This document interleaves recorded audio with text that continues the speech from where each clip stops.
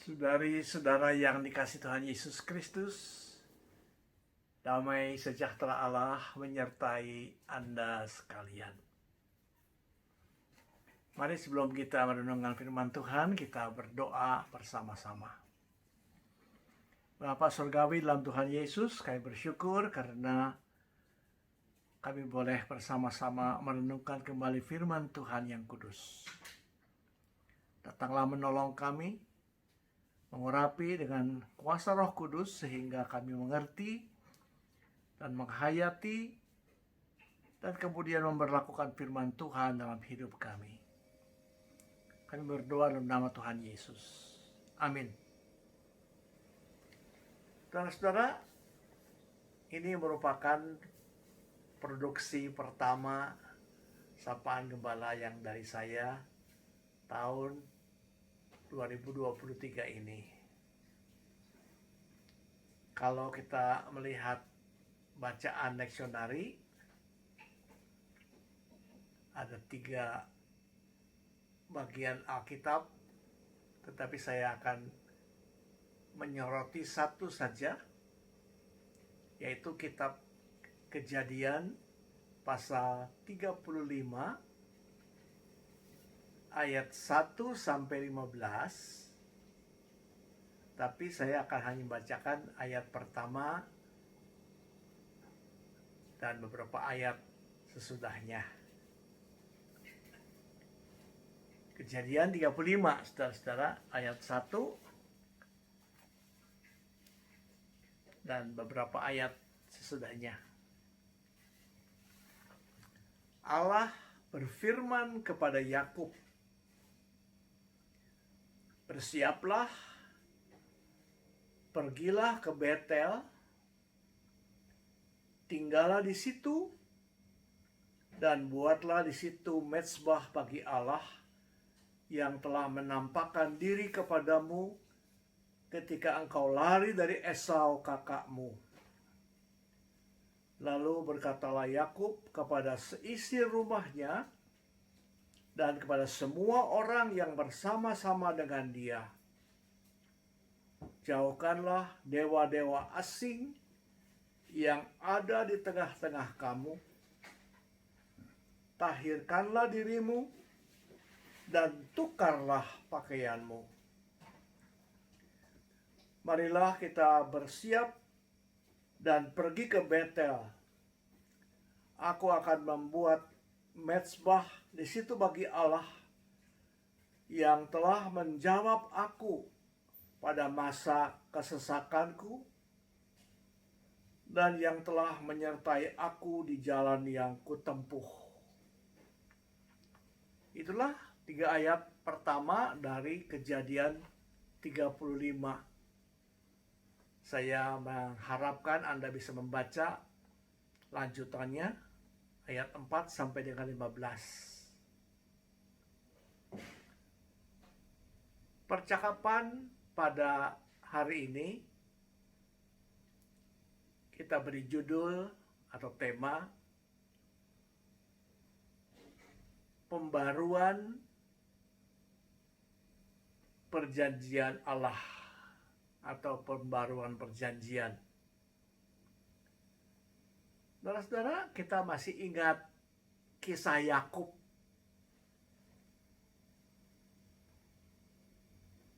yang ternyata tukang tipu.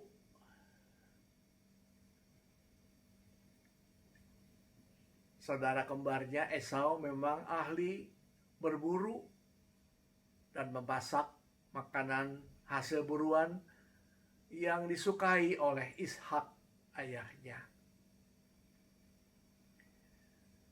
Dan ketika Ribka dan kemudian Yakub mendengar rencana Ishak memberikan berkat kesulungan kalau ia boleh menyantap makanan yang istimewa itu, maka Ribka dan Yakub mendahului Esau. Dan Esau memang gigit jari karena sudah capek, sudah membuat yang sebaik-baiknya, tetapi ternyata berkat anak sulung itu jatuh ke tangan kembarannya, Yakub.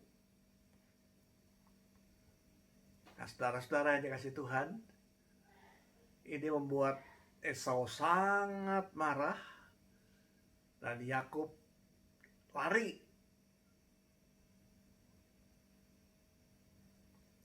Tapi Tuhan mempunyai rencana dengan Yakub. Inilah keindahan perjalanan di mana Tuhan menyertai. Kita membaca kisah Yakub yang ketika sudah letih dalam pelariannya, di dalam ketakutan yang mencekam, yang seolah-olah mengejar-ngejar dia kemanapun dia pergi, rasa bersalah yang belum teratasi, belum dibereskan,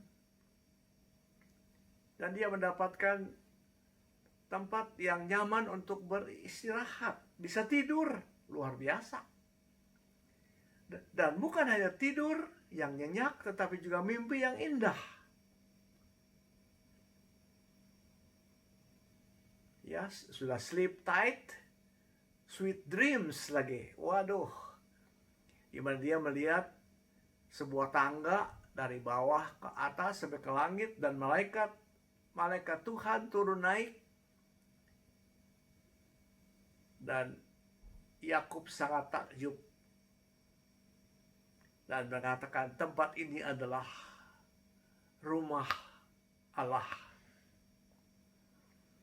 Dia menempatkan batu tempat yang dia pakai untuk menjadi bantal tidurnya, kemudian memakai sebuah ungkapan terima kasih dan mengatakan ini adalah Bet-El atau Bait-El, rumah Allah. Nah, di situ Yakub mendapatkan perjanjian akan disertai oleh Tuhan Allah. Nah, saudara-saudara, memang Allah tidak hanya omong doang, tetapi membuktikan kasih setia dengan memenuhi janjinya. Sehingga pada satu ketika bisa terjadi rekonsiliasi antara Esau dan Yakub. Walaupun memang Yakub berusaha untuk menunjukkan keperkasaannya,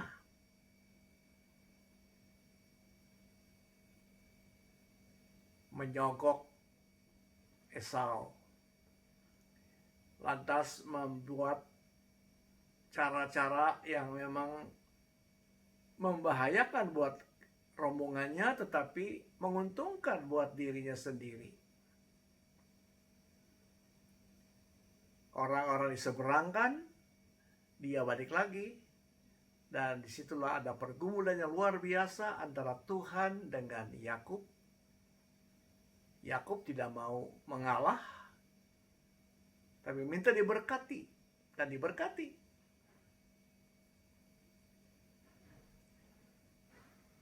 Yakub memang ditepuk pahanya sehingga dia ketahuan ketika berjalan karena jalannya tidak bisa lempang, ya, agak pincang. Saudara-saudara, Yakub berhasil berdamai dengan Esau. Semua rencana yang diaturnya sebenarnya tidak ada gunanya sama sekali. Katakanlah dia gagal kalau mengikuti skenarionya. Tetapi Yakub mendapatkan belas kasihan Tuhan, arahan Tuhan, yang akan memenuhi perjanjiannya. Dan benar, Yakub boleh berdamai dengan Esau yang semula ditakuti sangat luar biasa. Ketika berjumpa, kok gampang saja. Esau ternyata juga mau mengampuni. Dan saudara kembar itu berpeluk-pelukan. Nah, saudara-saudara, namun Yakub mengalami perjalanan berikut yang tidak mudah. Dia memang mau ditemani oleh Esau dan rombongannya yang tentu bersenjata lengkap. Tetapi Yakub ingin berjalan sendiri karena dia merasa rombongannya besar juga, banyak anak-anak, dan tentu tidak bisa cepat-cepat seperti kalau prajurit-prajurit dengan sigap berjalan atau menaiki binatang tunggangan yang andal. Nah, Yakub juga mengalami masa-masa kelam. Setelah kejadian itu, Yakub mendengar tentang ruda paksa atas putri satu-satunya, Dina, yang diperkosa oleh Sichem.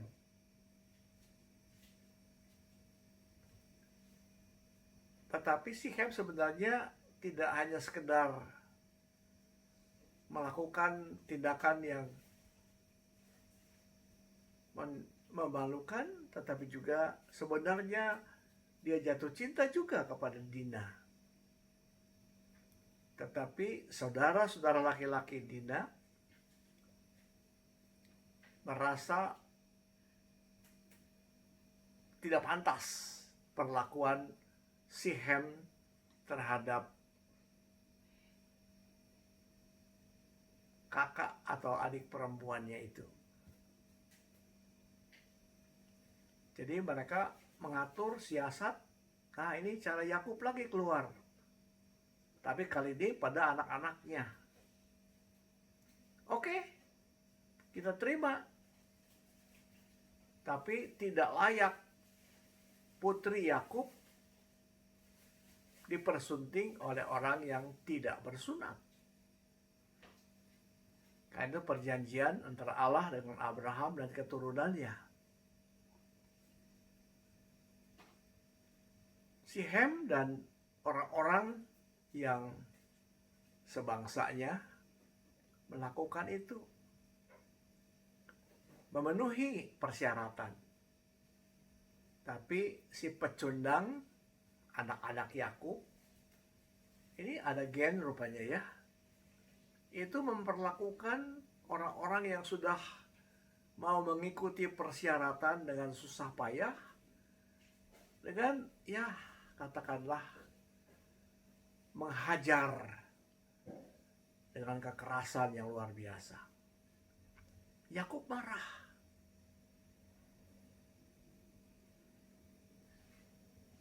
Nah, saudara-saudara, sesudah itu Tuhan memanggil Yakub, berfirman kepada Yakub yang kita baca barusan dalam Kejadian 35.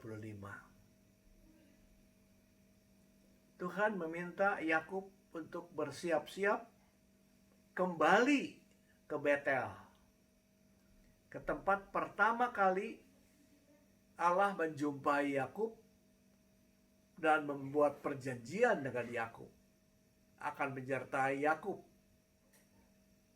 akan melindungi Yakub, akan memberkati Yakub.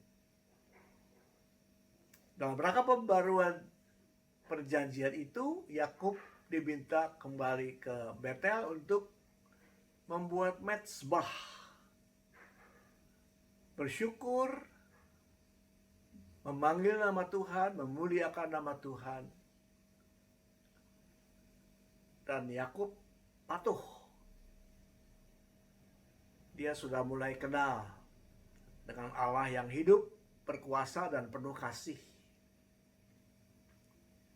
Dan oleh karena itulah dia mengerahkan seluruh keluarganya, termasuk orang-orang yang bersama-sama dalam rombongannya, mungkin yang bekerja, agar mereka menjauhi, bahkan meninggalkan semua dewa-dewa asing, sembahan yang mungkin masih ada pengaruh dari tanah leluhur dulu. Kalau kita baca lebih lanjut, ayat 4 misalnya yang belum kita nggak baca tadi, karena kita hanya baca sampai ayat 3, dikatakan bahwa anting-anting juga diserahkan ke Yakub untuk disingkirkan, ditanam. Nah, anting-anting itu bukan sekedar hiasan di telinga, tapi juga bisa dianggap sebagai jimat untuk masa itu, untuk mereka. Nah, jadi sebelum beribadah, sebelum memuji Tuhan, sudah ada pentahiran lebih dulu, pengudusan lebih dulu.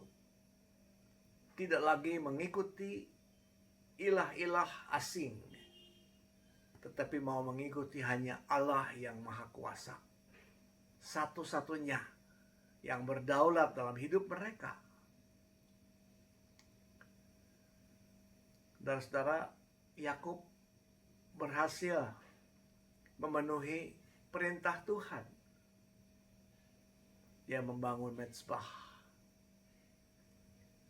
Dan Tuhan juga menunjukkan kasih setia dengan membarui perjanjian yang dilakukan sebelumnya di tempat yang sama.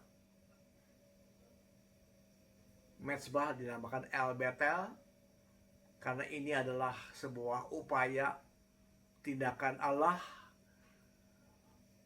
yang memang tinggal dan menyatakan diri kepada Yakub. Allah di dalam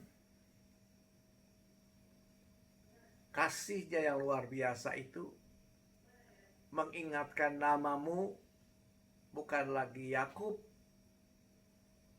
Ya, ini seperti peristiwa di Peniel.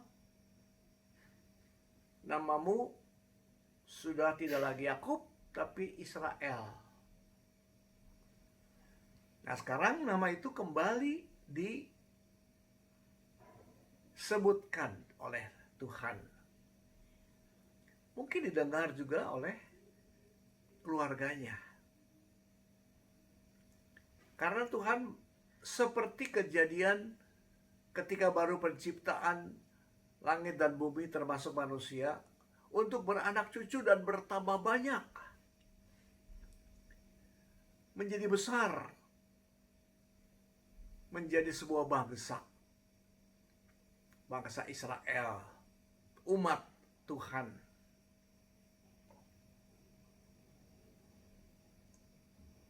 Jadi kita mencatat, saudara-saudara, pembaruan perjanjian ternyata bukan cuma nama yang baru itu dikukuhkan kembali, nama baru Israel, bangsanya Tuhan. Dan tentu juga kita mencatat bahwa ada banyak berkat. Di samping memang bertambah banyak, keturunan Yakub itu merupakan bukti pemeliharaan Tuhan yang begitu ajaib.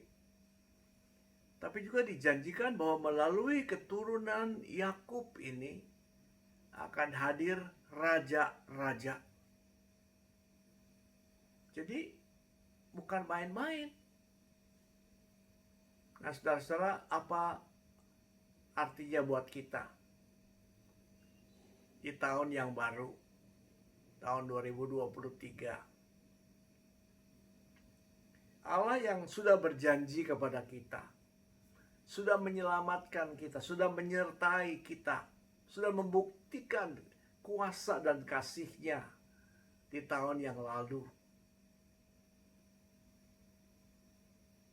Allah juga tetap membarui perjanjiannya dengan kita. Artinya kita tetap akan jadi anak Tuhan, tapi ketaatan kita juga harus ditunjukkan. Kesetiaan kita kepada Tuhan juga harus diutamakan. Jangan menduakan Allah. Yakub dengan penuh ketegasan memang mengatakan agar supaya semua sembahan-sembahan yang bukan kepada Allah yang hidup singkirkan. Nah, kita juga di tahun yang baru ini, saudara-saudara, diajak untuk menyingkirkan semua yang tidak benar, yang menentang Tuhan. Termasuk kalau kita gegabah dan meninggalkan jalan Tuhan. Tuhan tetap setia memegang kita, menolong kita. Dan biarlah kiranya kita merasakan janji Tuhan itu tetap berlaku sepanjang hidup kita, tapi juga menantikan dari kita tanggapan yang benar, bahwa kita mau jalan dengan setia, ikuti firman Tuhan, dan juga mengajak bagian dari keluarga kita, rombongan kita, untuk memuji Tuhan, ibadah kepada Tuhan. Mari kita berdoa, saudara-saudara. Terima kasih ya Tuhan, karena Tuhan yang sudah berjanji menyertai kami, telah membuktikan janjinya, sehingga kami boleh merasakan Immanuel itu bukan saja dalam rangka Natal, tetapi juga dalam rangka hidup kami. Termasuk ketika kami boleh memasuki tahun 2023 yang mula-mula digambarkan bakal suram, bakal banyak hal yang mengerikan, tetapi Tuhan, kami mau tetap berjalan bersama-sama Tuhan. Pimpinlah hidup kami, dan jangan biarkan kami goncang, dalam nama Tuhan Yesus. Amin. Sekian saudara-saudara perjumpaan kali ini. Kita berharap masih bisa ada sapaan lagi di masa yang akan datang. Tuhan menyertai kegiatan Anda, dan biarlah segala sesuatu yang kita perlukan kita boleh minta hanya kepada Tuhan. Tuhan akan tetap memenuhi janji buat kita semua. Sampai jumpa.